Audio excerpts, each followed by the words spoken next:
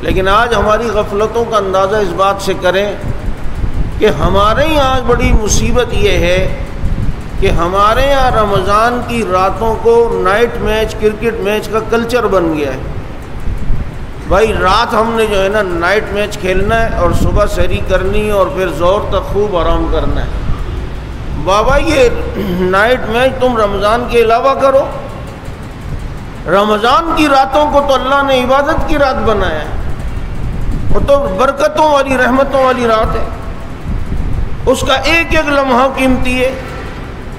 حضرت کعب احبار، حضرت ابی بن کعب رضی اللہ تعالیٰ عنہ دیکھیں 3 حصوں میں رات کو تقسیم کرتے، تلاوت، قیام، اور ایک حصے میں اپنی سحری وغیرہ کا انتظام فرماتے۔ یہی معمول صحابہ کرام کا تھا اور یہی معمول ہمارے بزرگان دین کا تھا۔ لیکن آج یہ بہت بڑی لت لگ گئی ہے ہمیں کہ جناب نائٹ میچ ہو رہے ہیں، کرکٹ کے میچ ہو رہے ہیں۔ بابا کرکٹ کھیلو، جو کچھ کھیلو، لیکن رمضان کے اوقات کو تو قیمتی بناؤ نا۔